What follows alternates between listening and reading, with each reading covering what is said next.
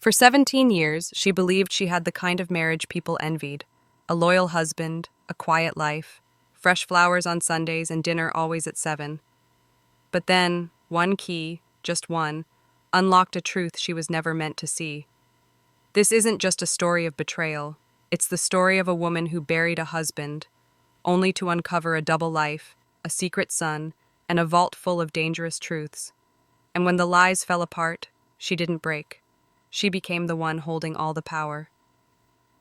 Welcome to Sweet Revenge, Happy Ending, where silence speaks louder than rage, and justice comes in unexpected ways. The teacups were still warm. I had poured his favorite chamomile, just like every Friday. The almond scones I'd baked sat untouched on the ceramic plate, crumbs crisping at the edges under the kitchen light. The clock read 6:58 p.m. Jake was never late, not in 17 years. I stood by the window in our quiet Portland home, watching dusk fall over the pines behind the house. The soft amber of the porch light buzzed against the growing dark, and for a moment, I swore I heard the sound of his key in the lock. But it never came. Instead, it was the phone that rang, a number I didn't recognize, and somehow, I already knew. The hospital's voice was sterile, rehearsed. "Mrs. Brooks, I'm so sorry. Your husband Jake collapsed in his office earlier this evening. It was very sudden." I remember sinking into the kitchen chair like my bones forgot how to hold me. The tea was still steaming. I didn't cry, not then. The funeral came fast, too fast. Black coats, whispered condolences, a slideshow of Jake smiling, golfing, traveling, posing beside me in stiff button-downs and perfect posture. I kept waiting for someone to say, "This is a mistake." But the casket lowered and no one stopped it. People said things like, "He was a pillar of strength," or "He made everyone feel safe." And he hadn't he? Jake was calm, clean, predictable, the kind of man who folded his sweaters just so, the kind who kissed my cheek every Sunday morning with a fresh bouquet of dahlias. He was my peace, or so I thought. After the burial, people filtered out. Only a few lingered at the house.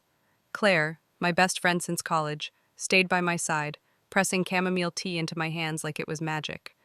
I held it, didn't drink it. My throat was cement. Then Lena showed up, my half-sister, all perfume and pity. She hugged me longer than she ever had before. "I'm so sorry, Elle," she said, her voice syrupy. "Jake was like family to me." Was. The word clanged against my ribs. She wandered into the kitchen, helped herself to a glass of wine like she belonged there. I watched her from the doorway, her perfect hair, her perfect nails, her perfect nerve. Then she said it. "Hey, I know this isn't the time, but Jake had loaned me a bit of money. Nothing big, just, you know. I thought maybe we could settle it now, since you're taken care of." I blinked. "What money?" She smiled like I'd just forgotten something silly. "He didn't tell you?" "Oh. Huh." A knot twisted inside me. My hands clenched the teacup hard. The warmth had faded. That night I couldn't sleep. The bed felt like a stranger.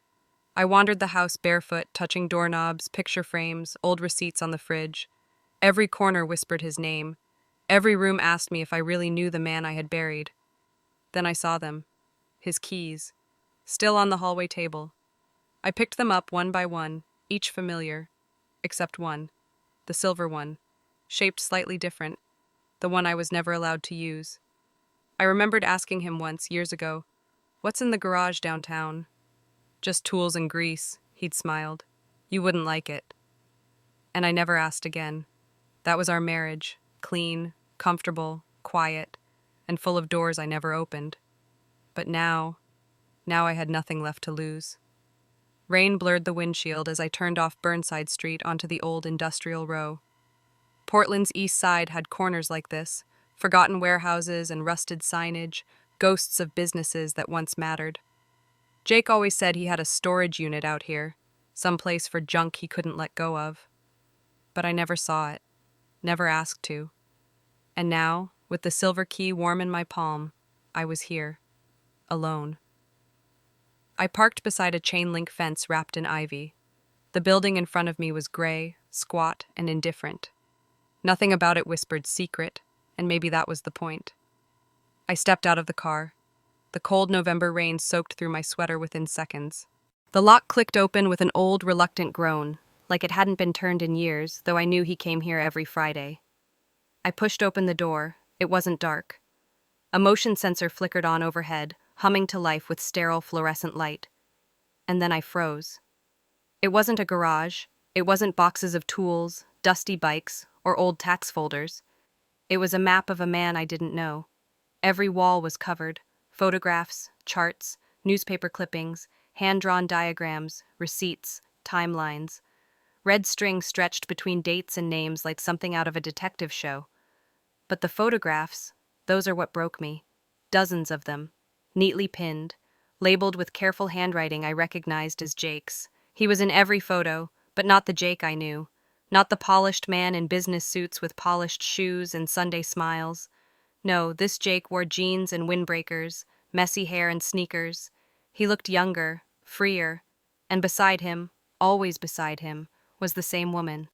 Long, dark hair, olive skin, intelligent eyes, and a smile that curved like it knew every secret. They weren't posed. These weren't for show. These were moments, hiking, kayaking, holding hands at a food truck window, laughing, kissing.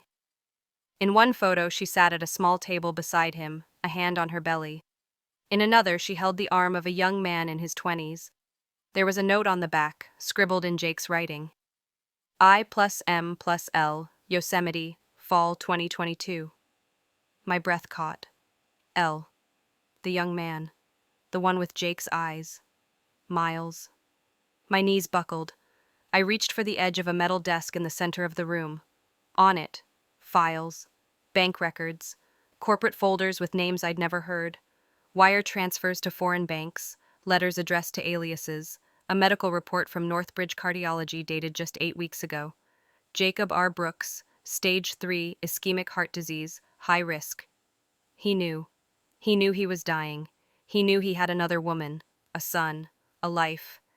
And he left me dinner at 6:55, scones I baked from scratch, and a house full of framed lies.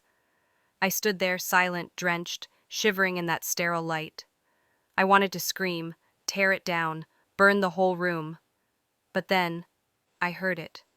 Footsteps, behind me, soft, slow, deliberate. I turned, and standing in the doorway was the young man from the photos. He didn't speak at first, just looked at me, calm, alert. Finally, he said, "You must be Elena." I didn't answer. Couldn't. "I thought you might come here," he added. "My name's Miles Carter. Jake was my father." And just like that, the floor cracked open under me. I don't remember sitting down, but suddenly I was in the metal chair behind Jake's desk, the one facing the door, facing him. Miles. He looked even younger up close, late 20s maybe. Same square jaw as Jake, same deep-set eyes that held everything and nothing all at once. He had a raincoat slung over one shoulder, hair still damp, but his posture was steady, measured. "I didn't mean to scare you," he said quietly. "I waited until I saw the lights come on. I figured you'd come eventually. How long have you known about me?" My voice was rough, like I hadn't used it in days. Maybe I hadn't. He hesitated. "Since I was a kid." The words hit harder than I expected. "He used to talk about you," Miles continued. "Not in detail, never disrespectfully, just like you were part of a life he couldn't bring into ours." Ours. I swallowed. "Did your mother know about me?" He nodded. "She knew everything. She wasn't the kind to play games. After she passed last year, I started going through some of Dad's records. I found out more than I was supposed to." He stepped into the room, slowly, respectfully, like it still belonged to Jake. Maybe it did. "There's more you should see," he said. "He gave me this 2 weeks before he died." He unzipped a leather folder from his backpack and handed me a document. Folded, yellowed at the edges, a draft of a will. Jake's handwriting looped across the top of the page like he was writing me a birthday card. My hands shook as I unfolded it. Northlight Holdings, a company name I'd never heard. M. Carter, contingent beneficiary. Vault access, linked to ruby pendant gifted to E. Brooks. I froze. The pendant. The ruby necklace Jake had handed me 2 nights before he died, boxed in velvet, with that same old soft smile. He said, "You've always been the center of everything I built." I thought it was romantic. Now I realized it was literal. "I left it at home," I whispered. "I didn't even wear it to the funeral." Miles nodded, as if he knew. He said the necklace wasn't just a gift. It held a key, literally. The clasp has a security chip embedded in the hinge. I had a tech friend look at it. I stared at him. Why would Jake do this? Why the secrecy? Miles glanced at the wall of photos. Because he didn't trust the people he worked with, and he knew time was running out. I sat back in the chair, heart pounding. "There's more," he said. "Bank transfers, offshore records. Some of the accounts are in my name, accounts I never opened." I looked up, cold spreading through my chest. "So what now?" "We go to his office," he said simply. "The one on Taylor and 6th. It's listed as a satellite location, but I checked. He owns the lease. There's a vault registered to Northlight. I have 1 key card. The necklace is the second." A pause. Then he asked, "Will you come with me?" I didn't answer right away. I looked around the garage, this shrine to a second life, to another woman, another child. A whole history lived outside my sight. And still, Jake had placed me at the center of his last breadcrumb trail. Not Lena, not Isadora, me. Maybe guilt, maybe penance. But it was something. I stood up slowly. "Yes," I said. "We go together." The office didn't look like the kind of place where secrets were kept. It was clean, clinical, just another 12-story box in downtown Portland, tucked between a payroll firm and a yoga studio. Jake had always called it a workspace for private meetings. I never once questioned it, never once asked to see it. Now, as Miles swiped his keycard and we stepped into the elevator, I felt the familiar sting of regret crawling down my spine. He had lived whole chapters of his life here, and I hadn't even turned the page. The elevator doors opened with a soft chime, 12th floor. The hallway was quiet, carpeted in gray, lined with frosted glass panels. No receptionist, no company logo, just a door with a matte black plaque. Northlight Holdings. Miles opened it with another keycard. The interior was sterile. Glass walls, white desk, minimalist art. A faint scent of cologne I didn't recognize. Spicy, colder than Jake's usual citrus. There were no photos of us, no wedding picture, no framed newspaper features or charity awards like at the house, just sleek surfaces and empty space. "This is where he kept everything?" I asked, almost to myself. Miles walked behind the desk and pointed to a large abstract canvas, red brushstrokes, erratic and jagged. "Behind this," he said. I reached into my coat pocket. The ruby necklace felt heavier than ever. My fingers found the clasp and turned it, half expecting nothing to happen. Click. A tiny metal plate popped out of the pendant. Miles slid it into a slim slot under the painting. The wall gave a quiet mechanical hum, then shifted. The painting swung forward, revealing a biometric scanner. Miles pressed his palm to it. A soft beep. Then the safe opened. Inside, I saw a black flash drive, a thick manila folder, a small velvet box, a silver key tagged Federal Trust, Box 303. I reached for the folder first. Inside, signed contracts with names I didn't recognize. Wire transfer logs, Switzerland, the Caymans, Dubai. Documents tying Northlight Holdings to shell companies with Latin code names. This wasn't sloppy bookkeeping. It was deliberate, hidden, protected. Jake hadn't just lied. He had built lies, structured them like investments, calculated them like spreadsheets. I opened the velvet box. Inside, a ring. Gold. Elegant. Not mine. My breath caught. I turned it over. Inside, engraved in tiny script, to IL, always. Isadora Lane. I sat down hard in the chair behind Jake's desk. Miles stayed quiet, but his jaw clenched. He knew what the ring meant. So did I. "He was going to propose," I whispered. "Or maybe he already had." The betrayal tasted metallic and somehow numb.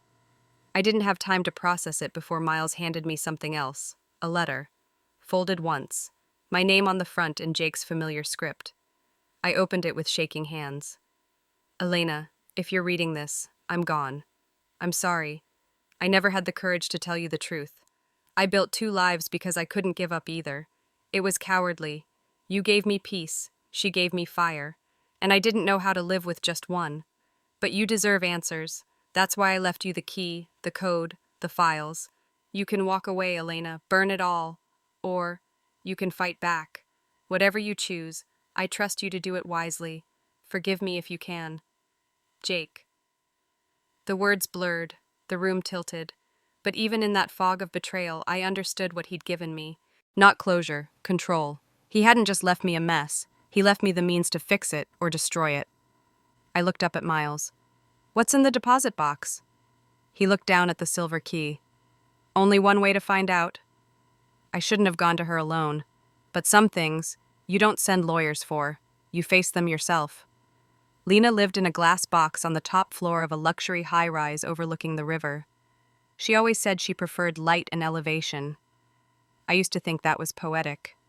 Now I saw it for what it was. Insulation. Distance. She opened the door in silk pajamas and bare feet, a glass of white wine already half empty in her hand. Elena, she said with a smile too quick, too smooth. Didn't expect to see you here. You must be exhausted. I need answers, I said flatly, stepping past her into the apartment. The air smelled like citrus candles and cold ambition. Every inch of her space was curated. Flawless furniture, polished marble counters, art she never understood but posted on Instagram. Then I saw it. A photo frame. Jake and Lena. Champagne flutes raised, smiling, laughing. The timestamp in the corner read, 2019. I had the flu that New Year's. Jake said he was out of town on a business retreat. I pointed at the frame. You lied. She took another sip of wine, then shrugged. That was a company party. You were sick, remember? Jake didn't want you flying. You went in my place? He asked me to. Her eyes glittered. We got along well. We always did. I turned to face her. How well exactly? That's when her smirk dropped. I know about the garage, I said.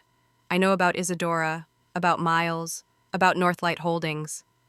I stepped closer. I know about the ring. She didn't flinch. She walked to her liquor cart, refilled her glass, then said casually, Fine, you want the truth? She set the glass down gently. Her next words dropped like hammers. I'm pregnant, and it's Jake's. I felt my knees lock. My stomach churned. 10 weeks, she continued. I found out right before he died. He knew. He said he'd take care of everything. My voice cracked. So you were still seeing him? After Isadora died? She nodded. She was never permanent. I was always the one who stayed. I gripped the edge of her counter, knuckles white. You slept with my husband, I whispered. She shrugged. You had your little routines, your teacups, your neat little life. But I was the one who made him feel alive. I was the storm he craved. And just like that, my hand moved before my brain could catch it. The slap echoed in the apartment. Her wine glass fell and shattered on the tile. Lena blinked, then smiled. There she is, she said. Not the polished Elena, the one with fire in her chest. I backed away, my hand still tingling, my pulse roaring in my ears. Why didn't you tell me? I asked. Because you never would have believed me, she snapped. You think you're always right, always the wife, the one who earned him. I looked her in the eye. You didn't just take something, you stole everything. She stepped closer, one hand on her stomach now. Say what you want. But this baby, he or she is your family, whether you like it or not. I stood tall. I'll honor what Jake left. Not for you, for the child.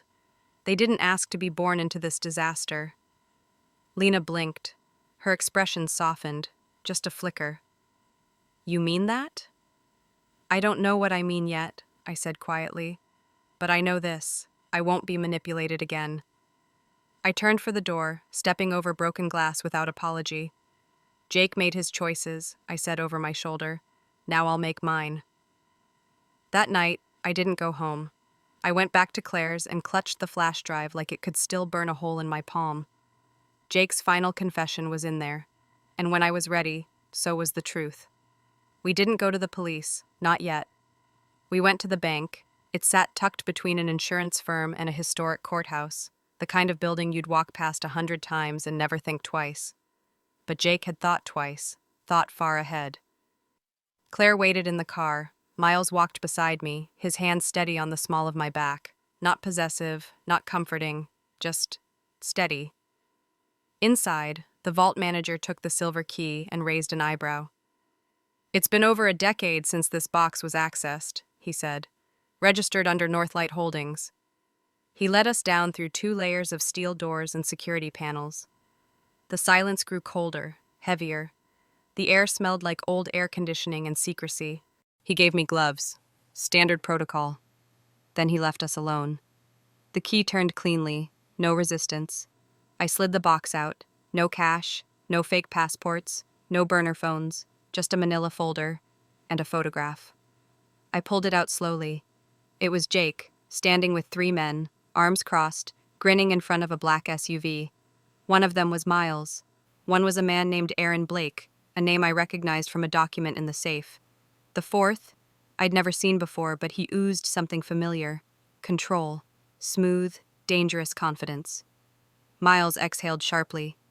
"That's Martin Leith. He worked with Dad on the offshore transfers. He used to call him the chess player." I opened the folder. Inside were corporate registrations, wire logs, payoff ledgers. One page had 3 words stamped in bold red ink. Leith, blackmail, insurance. I let out a shaky breath. Jake kept receipts. "He kept everything," Miles said. "He wasn't just building a second life, he was protecting it, preparing for when it all came crashing down." We didn't leave the bank with the originals. We left with copies, scanned, encrypted, stored on 3 separate drives. One went to Claire's house, taped under a loose floorboard in the pantry. One to a lawyer I trusted, Marla Stanton, the same one who'd helped my mother with her will. The last stayed with me, in a battered tote bag that now felt like a fire extinguisher strapped to my chest. Later that night, I sent a courier to Aaron Blake's office. Inside the envelope, a letter from our attorney, and 1 line in my handwriting. "I'm not your widow. I'm your reckoning. E.B." He called me within 15 minutes. "You think this scares me?" he hissed. "No," I replied calmly, "but it should." Then I hung up. The next morning, Miles and I opened the flash drive. There was a video, dated 5 days before Jake's death. His face was pale, eyes hollow, shirt wrinkled. He looked like a man already halfway gone.